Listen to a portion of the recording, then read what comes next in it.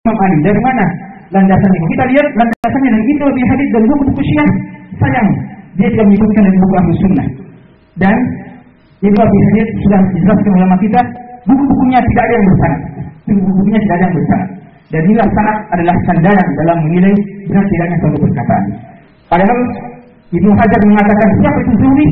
Dia adalah al-hujjah as-sabat muttafaqun ala jalaalati wa itqanihi. Kemudian yang terakhir dari sekian banyak contoh yang bisa disebutkan. Setelah itu alinea terakhir dalam halaman 145 riwayat Muslim yang dia juga lemahkan tentang kisah kematian Abu Thalib dalam keadaan musyrik. Dia katakan kita menemukan rangkaian riwayat yang juga dhaif. Harmalah bin Abdullah Al-Farhadani. Siapa dia? Dia disebutkan dalam buku-buku hadis ada yang namanya apa? Harmalah bin Abdullah. Yang adalah Harmalah bin Yahya Tujibi. Dan ini yang dimaksudkan oleh Sahih Muslim. Yang dimaksudkan oleh Imam Muslim dan dia adalah seorang yang sifat. Dan banyak kata-kata dhaif dalam Mizanul I'tidal karya Imam Dahabi. Kemudian Abdullah bin Wahab.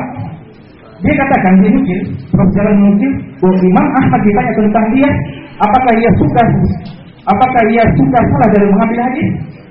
Jawab Imam Ahmad benar. Balas.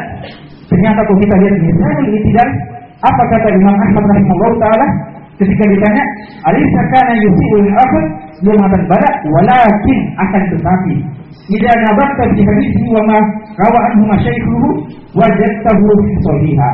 Iya benar, tapi jika kamu melihat riwayatnya, kamu akan mendapatkan dia yang sahih. Ini mengingatkan kita dengan orang yang hanya mengatakan fawailul lil musallin dan dia tidak sambung, bahaya. La taqrabu shalah, dia tidak sambung wa antum suka, ini bahaya. Dia mengutip perkataan Imam Ahmad dan memotong sampai benar. Kalau Imam Ahmad memotong tapi riwayatnya sahih. Tolong dijawab ini. Kemudian perkataan terakhir ini masalah rangkaian hadis. Abdul Wahab bin Mas'ud Yunus. Dia katakan Yunus ada banyak nama Yunus. Di antaranya ada yang berdusta, hafalannya jelek, majhul munkar hadis.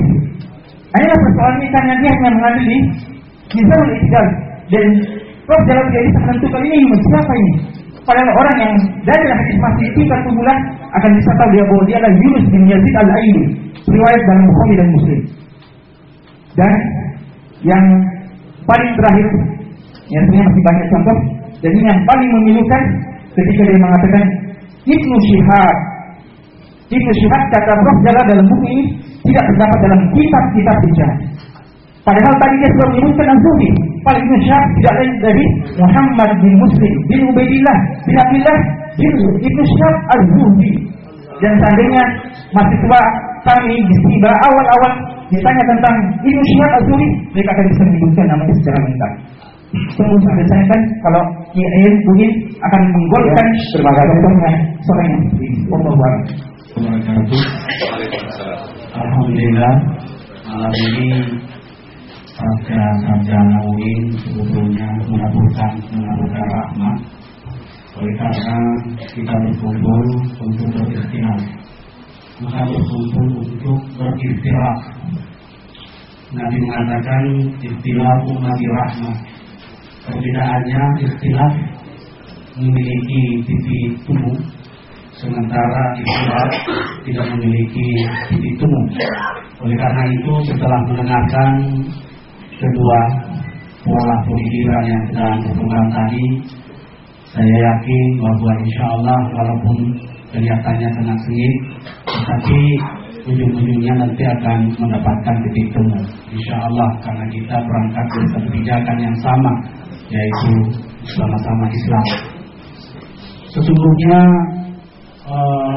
beberapa pakar telah menunjukkan keprihatinannya melihat kondisi real umat Islam sekarang ini.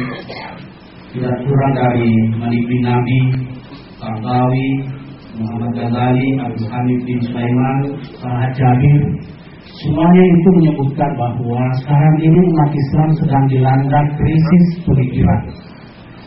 Krisis pemikiran yang dimaksud itu adalah umat Islam ini kadangkala bukan saja ia jahil terhadap orang lain, tetapi justru yang paling berbahaya adalah jahil atau bodoh terhadap diri mereka sendiri.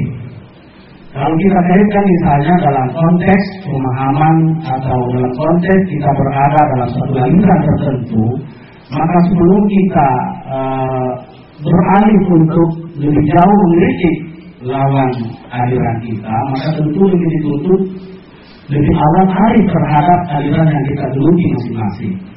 Sehingga dengan demikian ketika kita paham terhadap diri sendiri, aliran sendiri, paham terhadap aliran orang lain, itu akan ujung-ujungnya akan menghasilkan satu pemikiran yang kondusif. Katakanlah misalnya seperti dalam Sunni sendiri ada yang kita kenal sebagai aliran yang melenceng, begitu juga ada aliran yang moderat. Dalam Syiah juga ada aliran yang moderat, ada juga aliran yang melenceng atau bulat. Maka dengan demikian bahwa kita salah sekali kalau melihat aliran yang lain itu dengan melihat hanya sisi yang bulatnya. Mari kita melihat yang sisi moderatnya. Sehingga fenomena ini mengakibatkan kadang-kadang kita terlalu membesar-besarkan hal yang sepele, tetapi di sisi yang lain kita menganggap sepele hal yang besar. Ini sebuah pemikiran, sebuah kesalahan besar kata Badawi. Bahwa hal yang sudah dianggap mestinya dianggap besar masih dianggap sepele, tetapi banyak hal juga yang sepele sudah dianggap yang besar. Nah ini yang membuat sebenarnya masalah. Menurut Badawi untuk mengatasi itu, mari kita paham terhadap 5 masalah. Masalah yang pertama adalah paham sesungguhnya terhadap sunan, kemudian maratibul amal, kemudian fit al-ikhtilaf, termasuk dalam konteks sekarang ini mari kita lebih arif berikhtilaf, berbeda pendapat, sehingga kita warisi apa yang kata Ahmad bin Hanbal bahwa kalam sahih tadi bukan pendapat kamu menurut kamu benar, tapi bisa saja dia bohong atau salah. Pendapat saya menurut kamu adalah salah, tapi bisa saja saya benar. Maka Syafi'i mengatakan pendapat saya ini saya keluarkan berdasarkan penelitian dengan dalil yang autentik. Nah jika sekiranya kalian mendapatkan satu dalil yang lebih autentik daripada saya, ambillah pendapat itu, tinggalkan pendapat saya. Hanya dengan begitu kita bisa berikhtilaf dengan rahmat. Oleh karena itu saya sangat mengharapkan insya Allah mari kita mengoreksi diri sendiri. Tuba liman istaghala bi uyubi nafsihi qadda istighalih bi uyubi nas. Bahagialah orang yang tahu dirinya sendiri sebelum beralih mengkritik orang lain. Oleh karena itu bapak-bapak dan ibu-ibu yang berbahagia, saya bukan bermaksud untuk mengkritikkan dua kubu ini, tetapi saya lebih ingin mengatakan bahwa di masing-masing kita memiliki unsur kebenaran dan kesalahan. Mari kita pertemukan kebenaran itu.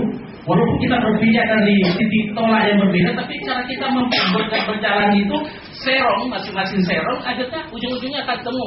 Tetapi walaupun sama kita start dari titik yang sama, tetapi yang kita lihat perbedaannya akhirnya akan semakin jauh. Nah, oleh karena itu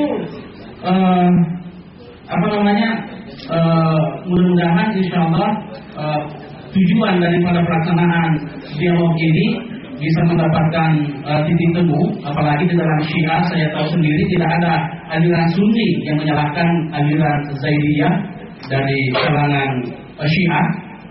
Oleh karena itu mudah-mudahan akan jalan, termasuk dari aliran Zaidiyah yang moderat, yang modern, yang bisa memperbaiki tataruf atau yang bisa memperbaiki bulat yang ada di dalam Syiah Imamiyah. Itu yang kita harapkan. Sebab bukan hanya persoalan sahabat ini yang berkembang dalam Syiah Imamiyah yang perlu kita kritisi. Ada termasuk misalnya Taqiyah, termasuk misalnya masalah Al-Mahdi. Tetapi sekarang ini ada juga pemikir modern dari Syiah yang namanya Ahmad Al-Khatib, menulis puluhan buku yang justru mengatakan bahwa sebenarnya itu Syiah dulu yang mempersoalkan persoalan yang sekarang ini lebih rasional di kalangan Syiah yang tidak lagi terjebak seperti apa yang Anda pahami. Ini beberapa lalu seminar internasional sempat kita undang di UIN ini. Ya saya kira itu, saya tidak bertanya, hanya sekadar pandangan saya kemukakan pada kesempatan ini. Assalamualaikum warahmatullahi wabarakatuh. Waalaikumsalam warahmatullahi wabarakatuh. Ya, selanjutnya Dr. Raul, silakan. Baik, terima kasih. Saya sebenarnya sudah mengundurkan diri untuk bertanya tadi karena ini ya. Akhirnya saya lupa sudah. Tetapi Saya ada 6 poin untuk saya